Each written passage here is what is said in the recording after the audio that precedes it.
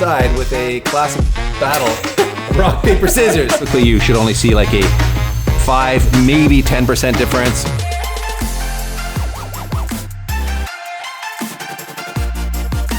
Welcome back to our Turbo versus NA build-off, where if you watched the previous episode, you'll know that this EF has a anemic D15 non-VTEC engine in it, and I need to fix that because I got to keep up with Pete's EG back there, which has a B18 that's going to get a turbo put on it. So I need some serious NA horsepower to keep up with that thing, which means I have to choose between one of these two engines, everybody.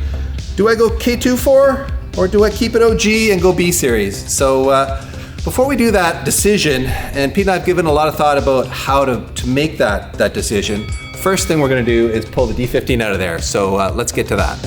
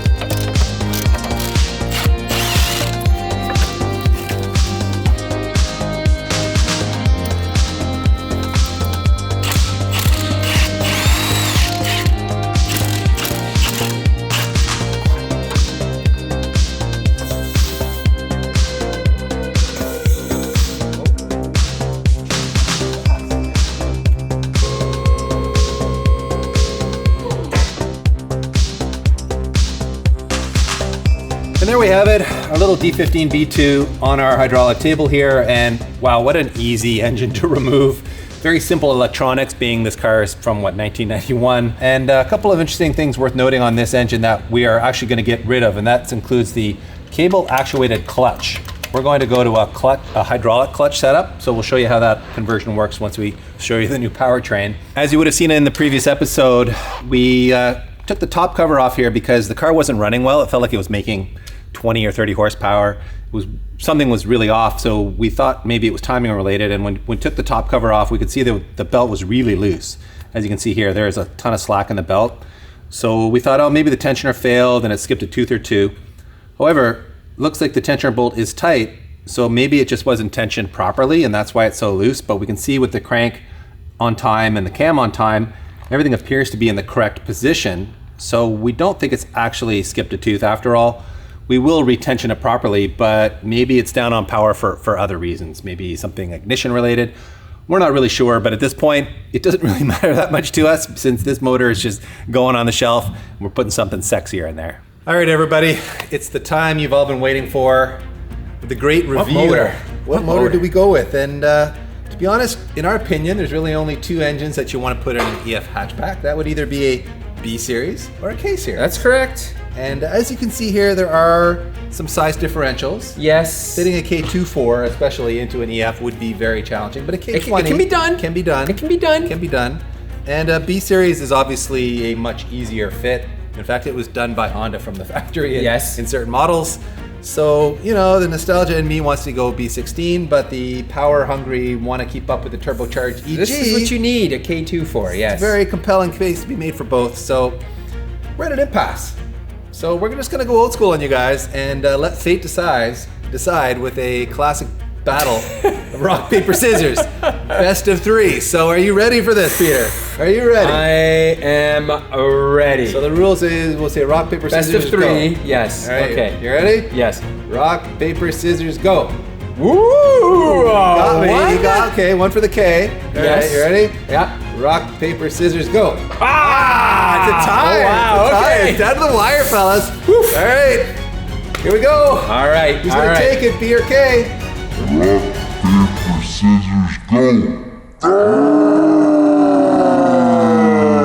Well, you guys knew we had to go B16. No, the K, but the K is a lot of work. It is. It a would lot really more ruin work. this car, but it might require cutting the hood and doing things that we don't want to do. So let's tell you a little bit more about this engine. For those of you with X-ray vision, you may have seen on the front of this block where it says B16B, and that is a very special variant of the B16 that only came in the EK9 Civic Type R. So this is a legitimate B16B Type R engine, and we do in fact have a Type R transmission to go with it. So we are putting the powertrain out of the first and arguably the greatest Civic Type R into its older brother, which we think is a very fitting choice. You know, the EK9 was a white hatchback. This is a white hatchback. It just, to me, this is like the right engine for this chassis. It's such a lightweight car. And more importantly, this engine, even though it's gonna make way less horsepower, is gonna rev much higher. These things rev to 9K, which is very special. So revving this to 9K does give it a lot of usable power band in an environment like at the racetrack where there are advantages to being able to do that. I think around a road course, and more importantly, just from a driving enjoyment standpoint, I think there's a real argument to be made for a high revving engine like this. So what we're really looking to explore in this series isn't so much who's faster from A to B, but which car is more fun to drive. Is the Honda experience, especially in these golden era Hondas, really more about a high revving VTEC engine like this one? I would argue yes. But some of you, especially those of you who love choo-choo noises and like, you know, forced induction, may say, no, you know what, Dave, give me that EG with the turbo setup. I want more power and I want that turbo experience in all the other inherent goodness that comes with a golden era chassis. So we're gonna go down that road and really find out for ourselves which one we prefer. In the end, maybe we'll agree, maybe we'll disagree, maybe we'll be split on it, maybe I'll turn into a turbo guy and Pete will be all about the high revving B16B. There's only one way to find out, guys, so tag along and enjoy. But before that, I should jump back just a little bit and explain to you where we got this motor. So here's our B16B, which we bought from our buddy Luke at Clean Street. He is a Honda recycler, you could say. He basically buys like scrap Hondas and parts them out. Comes across all kinds of cool stuff. B series, K series, D series, you name it, he's got it. He's located in Cambridge, Ontario, and he's our go-to for like any Honda nut or bolt or complete engine that we might need. This B16B has lived a very hard life and he gave us an incredibly good deal on it. These are normally very expensive and we bought this for a fraction of what a really clean, low mileage one would cost. What we want to do is put it on an engine stand, do a compression and leak down test, and really see what we're working with before we make any decisions about how far we need to go in terms of refreshing this thing. And the drama has already started in terms of taking off the flywheel because these two bolts seem to be seized. And you can see they're actually pretty badly stripped. So we think what happened is somebody got to this point trying to take the flywheel off and gave up because these wouldn't come out. This is Milwaukee's most powerful impact gun and it will not budge either of these things. So you'll see here that it's going nowhere. So we're gonna hit these with heat and hopefully that does the trick. So we're starting off with the bolt buster here. This is an induction heat tool that we've shown you guys many times before and works incredibly well. Localizes the heat in the fastener as opposed to like heating the whole area up, which is what you would do with, say, an oxyacetylene torch, which we may have to go to if this doesn't do the job, but we'll start here. All right. taking the impact off here because we don't want to potentially strip this. So let's see. Oh my Lord. Oh, that sounded good. No, that was your crank pulley going. Oh, the crank pulley bolt came loose. Yes. Sadly, the bolt buster is not putting enough heat into the bolt. I don't know if it's just a mass thing, but stage 2, before we go to the full large oxy acetylene torch, is our little mini guy here. So we're gonna put a bunch of heat into it. Here goes nothing. Oh, please, please, please. Things are smoking, DP, which is a good sign, so yeah, you're gonna have to hold it like that. Oh, yeah, this is not gonna work. Oh, there it goes. Got it, yes. All right, let's get the gun on this guy. It should go now. So 1 down. That's a relief. Let's see. Threads look okay. It's super clean too. There's like Wow, no thread Loctite. lock? Why? Like look at, there's no thread locker on there. Wow. What is going on? That's crazy. All right, let's heat the next one up here. Come on. There it goes. Yes. Whatever. Okay, Man. let's see this one. I don't know what is. It's a welcome relief, but is. man, these bolts, like, oh, the whole flywheel's super hot, and that again does not look Yeah, it looks fine. like it has anything on it in terms of like Loctite. So who knows? Maybe it just hasn't been off in a very, very long time. But threads are looking good, so we can finally get this thing mounted up onto the engine stand. All right, we're going to start off with a leak down test using our OTC tester here. You can see you've got 2 gauges, and the differential between the 2 will show you how much leak down you have. Yeah, it is like it's pushing a breeze out of there. It's so bad. That's not good. You can see the differential between this gauge and this one is massive. Typically, you should only see like a 5, maybe 10% difference. We have like, I don't know, a 70% difference. Yeah. It's like, it's bad news. Well, this one is not as bad as the first one, but it's still not great. Things considered it's better, but still horrible. 20%, which is way outside of spec. Cylinder number 3, not looking great either, everybody. It's like 30% leak down. And this one actually has a pretty good leak down test. It's only maybe 5%, which is what you would want to see on all the cylinders of a healthy motor.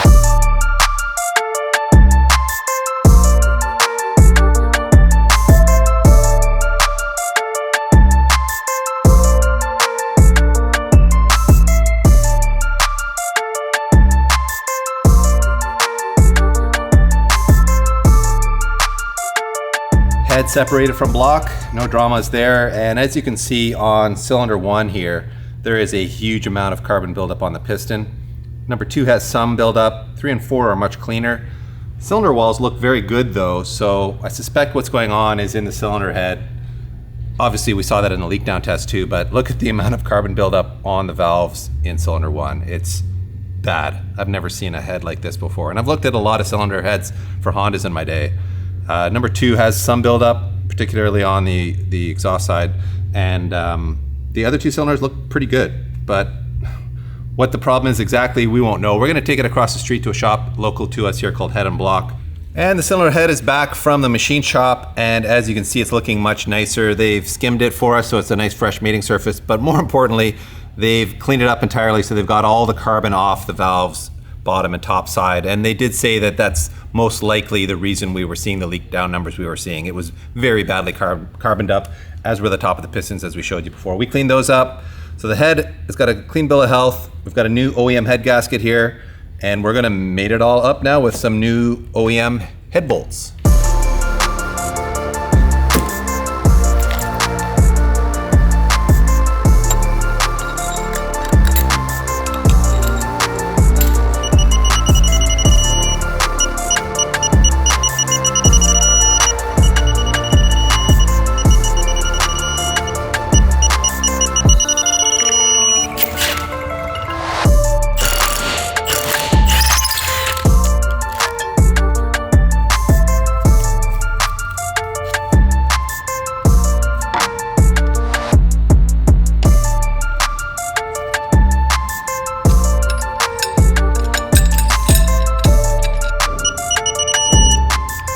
Plot thickens, everyone.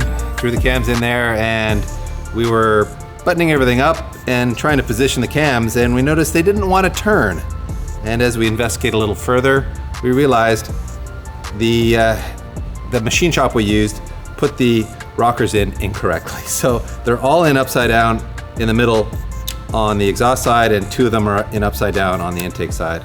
So the cams were like touching up on that and not free to rotate. So time for us to pull these out, fix it, and start all over again. And this is a good pro tip for everybody. See, the machine shop, we just trusted it, put it back together. Didn't even check. Didn't even check, DP. I mean, we both have eyes. On us. We should have used our eyes and seen it, but we were just like, faith, throw everything together. Pro tip, always check. Double check, triple check, sanity check, insanity check, all the checks. Thankfully, this is not a terrible fix. You just pull the shaft out of the center of the rocker assembly here, and we can flip them around pretty painlessly, so not the end of the world.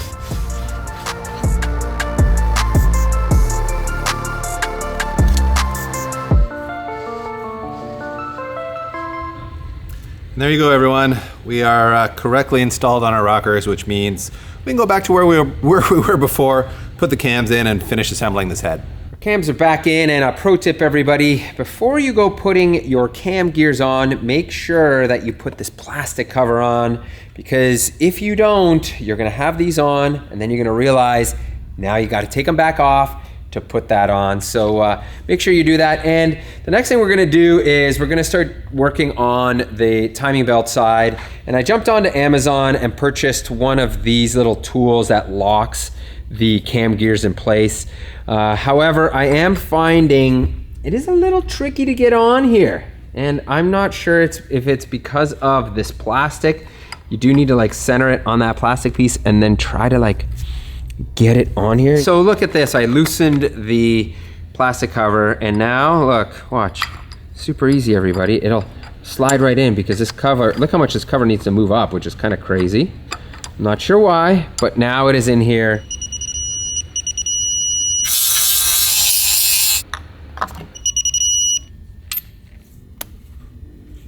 So as you guys just saw, we put an OEM water pump on the pulley, and now it is time for the belt here.